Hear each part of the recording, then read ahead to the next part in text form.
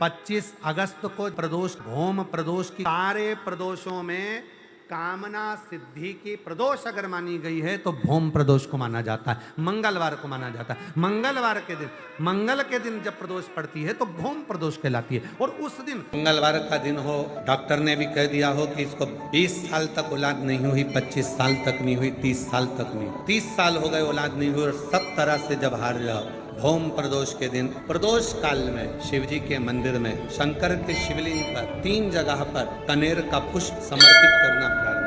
पहला अशोक सुंदरी की जगह पर, दूसरा जहां शिवलिंग रखा हुआ है उस जलाधारी पर, कटी पर, और तीसरा शंकर भगवान के शिवलिंग पर पुष्प कनेर का रखना प्रारंभ कर दो। उसमें से अशोक सुंदरी वाले पुष्प को घर लेकर आना प्रारंभ कर दो। भौम प्रदोष के दिन 4 से 5 भौम प्रदोष करोगे और एक दिन मेरा बाबा तुम्हारा गर्भ ठहरा देगा और बाबा की कृपा से तुम्हारे घर में संतान। सावन के महीने में प्रदोष का जो दिन आए, 2 प्रदोष श्रावण के महीने के 2 प्रदोष पड़ेंगे। किसी भी प्रदोष पर एक पीपल के पत्ते पर कनेर का पुष्प अपने घर के अंदर रख लीजिए प्रदोष के एक दिन पहले, और प्रदोष वाले दिन उसको बहते हुए पानी में डाल दीजिए। जिंदगी में जो तुम्हारे यहाँ तकलीफ चल रही है, एक उठ रहा है, एक बैठ रहा है, एक बीमार पड़ रहा है, एक ठीक हो रहा है, फिर बीमार पड़ रहा है, फिर ठीक हो रहा है, ये ठीक हुआ, फिर इसको हो गया, फिर इसको कुछ हो गया, फिर किसी को कुछ हो गया, अर्थात शिव का नाम लेकर। और फिर ही ध्यान देना, इस क्रम को करने के लिए आपको तुम रुकेश्वर महादेव का नाम लेना पड़ेगा। कौन से महादेव का नाम बोलना है? तुम रुकेश्वर महादेव, जिन्होंने भगवान शंकर की विरल भक्ति को धारण करा। कथा कहती है प्रदोष के दिन, प्रदोष काल में शिव जी के नाम का स्मरण प्रत्येक को कर लेना चाहिए। और एक नंदीश्वर शिव महापुराण से एक बात सीख कर जाइएगा। अगर आपको लग रहा है कि दुख समाप्ति नहीं हो रहा है, एक बीमारी से उठे दूसरी बीमारी में लग गए, फिर कोई दुख आ गया, फिर कोई दुख आ गया, फिर कोई तकलीफ आ गई, फिर कोई तकलीफ आ गई, बार बार आपको लग रहा है कि दुख पीछा ही नहीं छोड़ रहा, तो नंदीश्वर शिव महापुराण की कथा आपको कह रही है प्रदोष के दिन, प्रदोष काल में 2 जगह दिए लगाना प्रारंभ कर दो। पहला बेलपत्री के वृक्ष के नीचे, पहला दिया प्रदोष काल में, प्रदोष के दिन बेलपत्री के वृक्ष के नीचे, और दूसरा दिया अपने दरवाजे की चौखट के बाहर। मतलब अपन बाहर खड़े होंगे, अंदर की ओर दिया नहीं, बाहर की ओर एक दिया बेलपत्र के नीचे। देवादिदेव महादेव से प्रार्थना कर कर, हे शिव शंकर, हे गौरी शंकर, हे शिव, आज प्रदोष का दिन, प्रदोष काल में आप भ्रमण के लिए निकलोगे नंदीश्वर के साथ में, ऐसी कृपा करना, आपके लिए मैंने द्वार सजाया है भोलेनाथ, आपकी दृष्टि मेरी चौखट पर भी कर देना, मेरी जिंदगी सवर जाए। इसलिए 2 दीप स्मरण करो। हाँ, अच्छा इशारा करा है, वो समझ गए हो। जिस दिए को आप लगाओगे प्रदोष के दिन, प्रदोष काल में, एक दिया बेलपत्री के वृक्ष के नीचे लगाया है, और दूसरा दिया जब आप घर में प्रवेश करोगे तो राइट हैंड पर ही लगाएं। कौन से हैंड पर लगाएं? राइट हैंड पर। बहुत बहुत साधुवाद आपको दीदी, धन्यवाद, धन्यवाद दो। उन्होंने इशारा करके बताया कि दिया किस ओर लगाएं, कम से कम अपने को अंदाजा तो लग जावे ना दिया किस ओर लगना चाहिए। साधुवाद था, बहुत बहुत साधुवाद। इसको जागरूक श्रोता कहते हैं, जिनको कथा के प्रति रुचि है और भगवान के भजन के प्रति रुचि है, वो तुरंत भाव से उसको स्वीकार कर ले। तो 2 जगह दीप, पहला कहां पर लगाएंगे? जम के बोलो जरा। बेलपत्री के वृक्ष के नीचे। अब बेलपत्री के वृक्ष को भी समझना, कौन सा वृक्ष होना चाहिए? जो आप खड़े हो, दोनों हाथ ऊपर हो, उस हाथ तक भी उसकी पत्ती को स्पर्श ना हो पाए, मतलब उसकी छाया हमारे पूरे शरीर पर पड़े, तो बेलपत्री के वृक्ष की मूलता का आनंद है।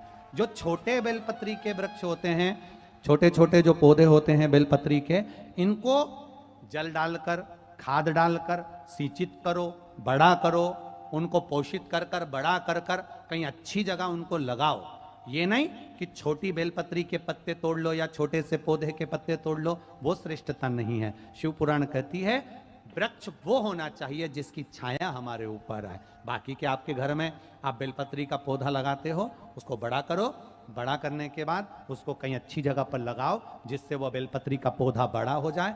बड़ा हो जाएगा, हम हैं नहीं हैं, कम से कम वो पौधा रहेगा, वृक्ष बनेगा। वृक्ष बनेगा तो उसकी पत्तियां टूटकर महादेव पर चढ़ेगी तो हमारा कल्याण अपने आप हो जाएगा। आप उसमें लगाइए,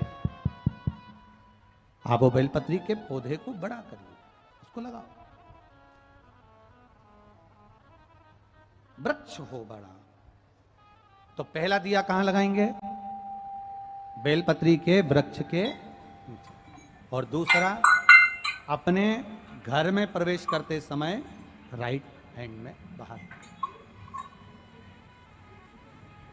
शिव तत्व को जानना। कौन से दिन? जम के बोलो जरा। प्रदोष के दिन। कौन से समय? प्रदोष काल, शाम का जो समय हो, शाम का समय, प्रदोष काल का समय भगवान को दीप प्रज्वलित करो। शिव तत्व कह रहा है। नंदी ने शंकर भगवान से कहा, आपने वचन दिया था मेरे को, आपने मुझे वचन दिया था, आपने मुझे वचन दिया था भोलेनाथ कि प्रदोष के दिन, प्रदोष काल में नंदी तू मुझे जहां ले जाकर खड़ा कर देगा, उसके आसपास में जहां मेरी दृष्टि पड़ेगी, वो जो मांगेगा महादेव उसकी झोली खुशियों से भर देगा। जिस लड़का लड़की का विवाह 30 साल का हो गया, 35 साल के हो गए, लड़का लड़की 40 साल के हो गए, 35 साल के हो गए, उनका अगर विवाह नहीं हुआ है, बहुत रिश्ते आए चले गए, संबंध आए चले गए, या जो बेटा बेटी चाहते हैं कि हम अच्छा पढ़कर एक नौकरी सरकारी प्राप्त कर लें, कोई ऐसा अच्छा जॉब हमारी किस्मत में मिल जाए, उन बेटा बेटियों से निवेदन करूंगा, यदि आप चाहते हो तो एक प्रयास जरूर करो, एक प्रयास अपनी जिंदगी में जरूर करो।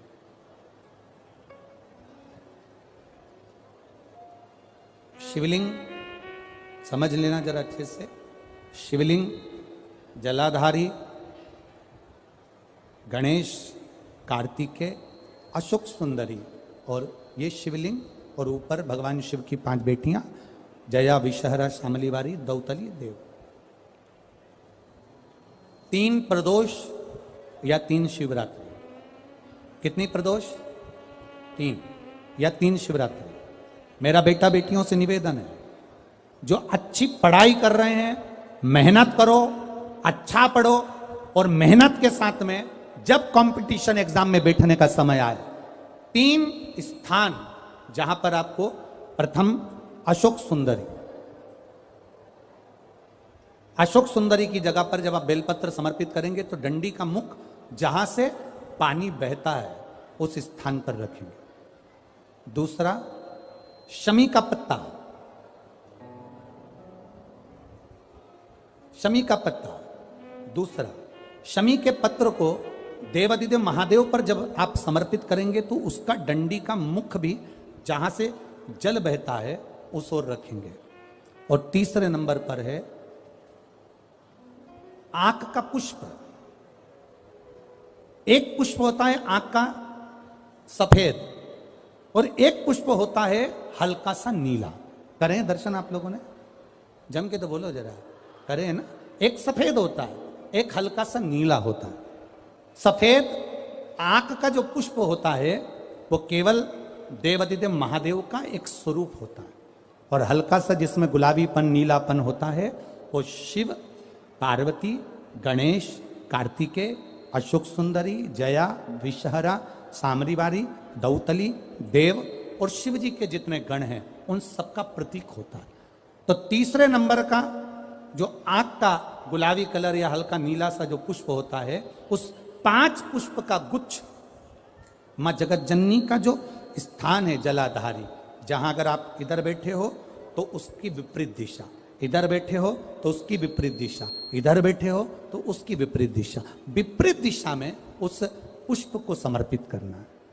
अच्छी पढ़ाई करो, अच्छी मेहनत करो, और मेहनत के साथ में जब कंपटीशन एग्जाम के लिए जा रहे हो, उस जगह पर सीए की पढ़ाई भी कर रहे हो, चाहे किसी भी पढ़ाई में लगे हो, मेहनत के साथ में बाबा देवादिदेव महादेव को 3 प्रदोष या 3 शिवरात्रि आप दिल से बाबा को समर्पित कर कर, बाबा से प्रार्थना कर कर अशोक सुंदरी पर चढ़ाई हुई बेलपत्र को वापिस लेकर आइए। जिस विद्या स्थल पर आप पढ़ाई करते हो, जिस कमरे में आप रहते हो, वहां उस बेलपत्र को 3 प्रदोष की या 3 शिवरात्रि की बेलपत्र रखिए। जिस समय बाबा आपकी नौकरी लगा दे, ये 3 बेलपत्र एक साथ किसी भी प्रदोष पर शिव जी को समर्पित करिए। ये शिव तत्व। आप मेहनत करें, खूब मेहनत करें। कंपटीशन एग्जाम के लिए जितनी कोचिंग कर सकते करो, मेहनत करना उतना करो, जितना करते उससे 4 गुना ज्यादा करो।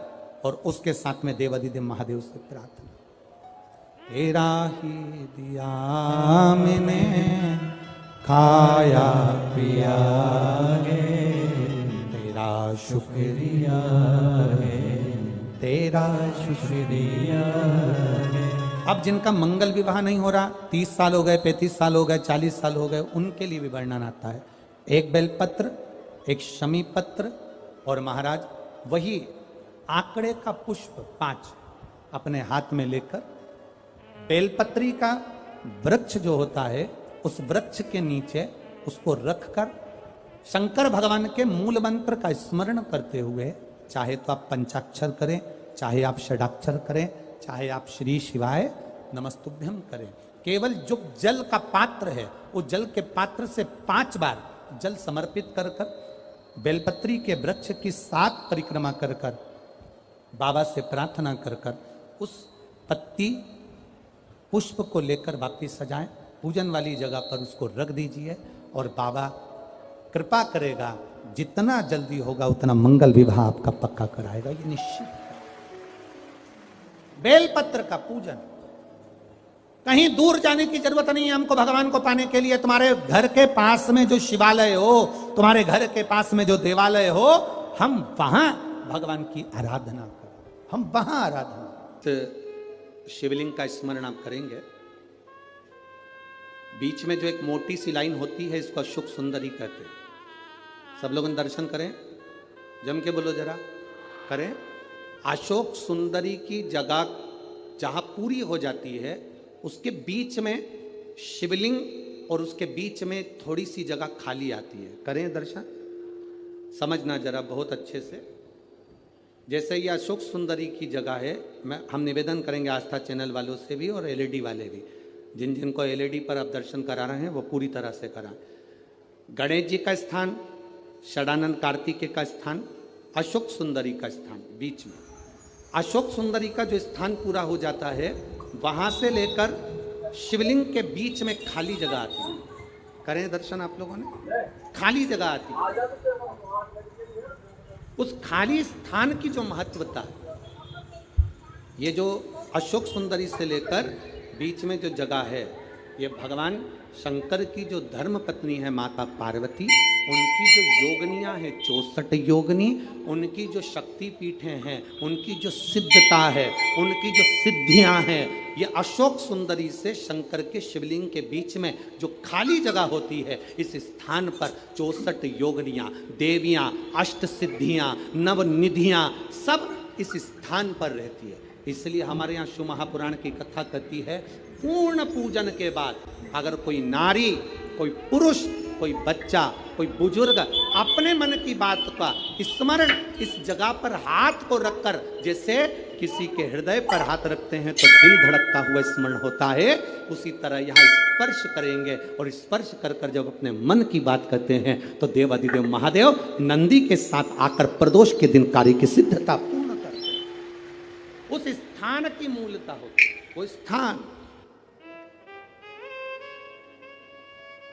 समझ में आएगी ना जगह। अरे बोलो तो जम के, नहीं समझ में आई हो तो एक बार फिर वापिस समझ लीजिए, फिर समझो बात। स्थान देखिएगा, अपने को भगवान की कृपा से यहाँ नागपुर में शंकर जी का शिवलिंग कोई ने कागज का बनाकर यहाँ जो भेजा, ये काम बाबा की कृपा से आप लोगों के स्मरण के लिए आया। देखिए जरा, गणेश जी का स्थान, कार्तिकेय जी का स्थान, बीच में ये आ गई अशोक सुंदरी की मोटी सी लाइन। अशोक सुंदरी की लाइन जहां खत्म होती है, वहां से जो शिवलिंग रखा है, इसके बीच की जो जगह है, ये जो बीच में अशोक सुंदरी के स्थान से लेकर शिवलिंग के स्थान के बीच में जो खाली जगह है, ये 64 योगनियां, अष्ट सिद्धियां, नवनिधियां, सब कुछ मेरे देव अधिदेव महादेव ने माता पार्वती को अपने चित्तवृत्ति के साथ यहां अनुमति प्रदान कर रखी है। वहां का स्पर्श, वहां का मात्र स्पर्श और हमारे दिल की बात। शंभो। आप में से कितने लोग हैं जो पार्थिव लिंग का निर्माण करते हैं? काय में बनाते हो? पात्र में। पात्र के अंदर जब शिवलिंग का निर्माण करते हो तो सबसे पहले नीचे एक बेलपत्र रखते हो, एक बेलपत्र। क्यों? कहते हैं जब हमने शिवलिंग बना लिया, पूजन चालू कर दी, पानी डालना प्रारंभ करा, ये तो मिट्टी है, धीरे धीरे पानी चढ़ते चढ़ते गलने लगती है। जब मिट्टी गलने लगती है, शिवलिंग थोड़ा थोड़ा थोड़ा थोड़ा खंडित होने लगता है। मन में आता है कि हमने शिव जी की पूजन करी, शिवलिंग मिट्टी का था, गल रहा है। शहद चढ़ाने से, दूध चढ़ाने से, जल चढ़ाने से, अभिषेक करने से मिट्टी गलने लगी है, शिवलिंग खंडित होने लगा है। शिव महापुराण की कथा कहती है, पार्थिव लिंग को, मिट्टी के शिवलिंग को जब हम बेलपत्र के ऊपर निर्माण करते हैं, पार्थिव शिवलिंग बनाकर पूजन करते हैं, तो वो मिट्टी का शिवलिंग अगर गल भी जाए, टूट भी जाए, पानी में बह भी जाए, तो याद रखना वो कभी खंडित नहीं माना जाता, वो अखंड ही माना जाता है। जब तक आपकी पूजन चलेगी तब तक वो अखंड ही माना जाएगा, जब तक उसका विसर्जन नहीं होगा।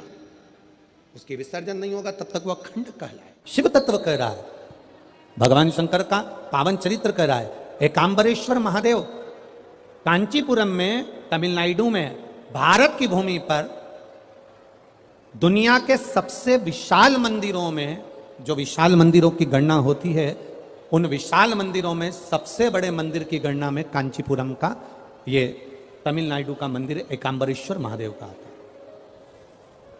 एकांबरेश्वर, जहां पर पाषाण का शिवलिंग नहीं है, जहां पत्थर का शिवलिंग नहीं है, जहां सोना और चांदी का शिवलिंग नहीं है, जहां हीरे पन्ने का शिवलिंग नहीं है, जहां पर मिट्टी का पार्थिव शिवलिंग की पूजन होती है। अब जरा विचार करिएगा, गुरुजी क्या बात कर रहे हो? ये पार्थिव शिवलिंग, मिट्टी का शिवलिंग, जहां एकांबरेश्वर महादेव के मंदिर में पूजा जाता है, वहां क्या वो शिवलिंग मिट्टी का फटा नहीं होगा? क्या उसमें दरार नहीं पड़ी होगी? क्या वो मिट्टी का शिवलिंग बेकार नहीं हुआ होगा? हम जब पार्थिव शिवलिंग का निर्माण करते हैं तब उस समय उसमें हम बहुत से पदार्थ डाल देते हैं। आप कुछ डालें ना डालें, दो चीजें मिट्टी के अंदर अवश्य डालें, एक मक्खन या दूध या गाय का, जम के बोलो, घी, और दूसरा भस्म। ये दो चीजें क्यों डालना चाहिए? कि शिवलिंग अच्छा बनेगा, शिवलिंग पक्का रहेगा, दरार नहीं पड़ेगी, उसके लिए डालना चाहिए क्या? ना ना ना।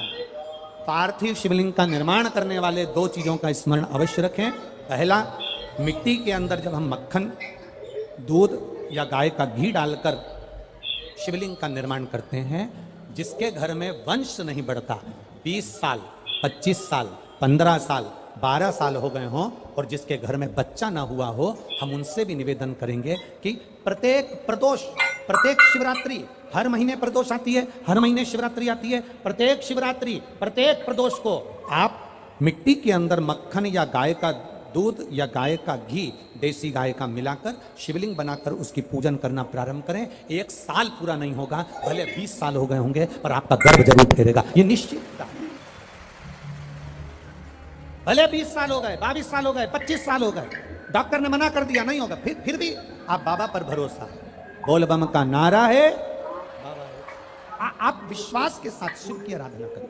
गाय, देसी गौ माता का दूध, मक्खन, घी, ये हमारे मिट्टी के अंदर मिलाकर जब हम शिवलिंग का निर्माण करते हैं तो हमारा वंश बढ़ता है। दूसरा, भस्म।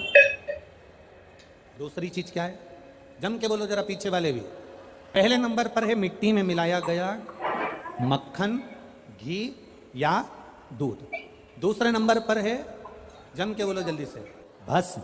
ये दूसरे नंबर पर। भस्म का प्रयोग शिवलिंग का जब निर्माण करें, पार्थिव शिवलिंग जब बनाएं, मिट्टी में थोड़ी सी भस्म जरूर मिलाएं। भस्म किस चीज के लिए होती है? भस्म किसके लिए धारण कराई जाती है? तो महाराज शिव महापुराण की कथा कहती है, जब शरीर में कोई बड़ी बीमारी आने वाली होती है, आप एक साधारण सा प्रयोग कर देखिएगा अपने जीवन में। एक साधारण सा प्रयोग, जब आपको लगे कि डॉक्टर ने बोला है कि कोई बड़ी बीमारी का चांस बन रहा है, कोई बड़ी बीमारी होने वाली है, आप थोड़े दिन तक देवादिदेव महादेव का ये शिवलिंग, ये जलाधारी, ये जहां से जल बहता है, गणेश जी का स्थान, कार्तिकेय जी का स्थान, बीच में एक मोटी सी लाइन अशोक सुंदरी, शिवलिंग जो शिवलिंग रखा है, जो जलाधारी है वो मां पार्वती जी का हस्तकमल, ऊपर से एक एक बूंद जो पानी गिर रहा है, जिस कमंडल में से, जिस जलाधारी में से जल गिर रहा है, वहां शंकर भगवान की 5 बेटियां, जया, विषहरा, शामली बारी, दौतली और देव, ये भगवान शिव की 5 बेटी। जब आपको लग रहा है कि मेरी जांच होने जा रही है, जब आपको लग रहा है कि मुझे डॉक्टर को दिखाने जा रहे हैं, मुझे लग रहा है कि कोई बड़ी बीमारी ना निकल जाए, अल्ट्रासाउंड करा रहे हैं, एक्सरे करा रहे हैं, उससे पहले घर में अगर थोड़ी सी भस्म रखी है, उस भस्म को जब आप जल चढ़ाने के लिए शिव जी के मंदिर में जाओ, हॉस्पिटल में दिखाने के लिए जांच कराने जाओ, उससे पहले एक काम जरूर करना, शंकर भगवान का जहां शिवलिंग रखा है, उस शिवलिंग के पास में भस्म का लेपन कर कर देवादिदेव महादेव पर 1 लोटा जल समर्पित कर कर उसी भस्म को अपने कलेजे पर, अपने हृदय पर लगाकर देवादिदेव महादेव का पंचाक्षर मंत्र नमः शिवाय, षडाक्षर मंत्र ओम नमः शिवाय या श्री शिवाय नमस्तुभ्यम बोलकर फिर आप जांच के लिए चले जाओ। कोई बड़ी बीमारी तुम्हारी जिंदगी में निकल ही नहीं सकती। भस्म भस्म हो, भस्म का काम क्या? हमारे रोग को, हमारी बीमारी को, हमारे आने वाले जो रोग हैं, जो बीमारी है, जो तकलीफ है, उसको समाप्त करती है भस्म का प्रयोग।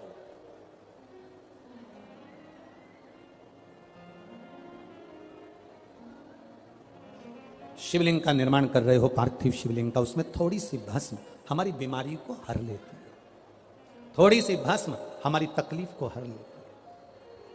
भस्म का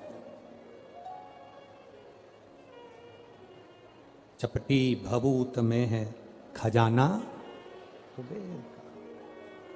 शिव के शरीर से, भगवान देवादिदेव महादेव के तन से लगी हुई भस्म साधारण नहीं है। भस्म को चढ़ाने वाला भी साधारण नहीं होता और भस्म को लेने वाला भी साधारण नहीं होता। शंभु शरण पड़ी मांगो घड़ी रे घड़ी, दुख काटो दया दर्शन आपो। पार्थिव शिवलिंग का निर्माण करते समय 2 चीजें ध्यान से अवश्य मिलाएं। पहला माखन, घी, दूध, दूसरा भस्म। पार्थिव शिवलिंग का विसर्जन कैसे किया जाता है? पार्थिव शिवलिंग अगर आपने थाली के अंदर, पाटे के अंदर कोई सामग्री पर कोई ऊपर बनाया है, तो उसका विसर्जन कैसे करा जाता है? पार्थिव शिवलिंग का विसर्जन करते समय जिस पात्र पे पार्थिव शिवलिंग बना हुआ है, उस पात्र को नदी में शिव का नाम लेकर जल में उस पात्र को नीचे डाला जाता है, पात्र को पकड़ा जाता है और शिवलिंग को नीचे की ओर ले जाया जाता है। जब शिवलिंग पानी में थोड़ा कम दिखे, उस समय पर उसको धीरे से फिर जल में छोड़ दिया जाता है। जब थोड़ा कम दिखे, थोड़ा हाथ पानी में नीचे करा जाता है और नीचे कर कर फिर उसकी फूल पत्ती जब पानी में ऊपर आ जाए, दिखने लगे, तब शिवलिंग को धीरे से खसका दिया जाता है, जल में उसको विसर्जन कर दिया। क्यों?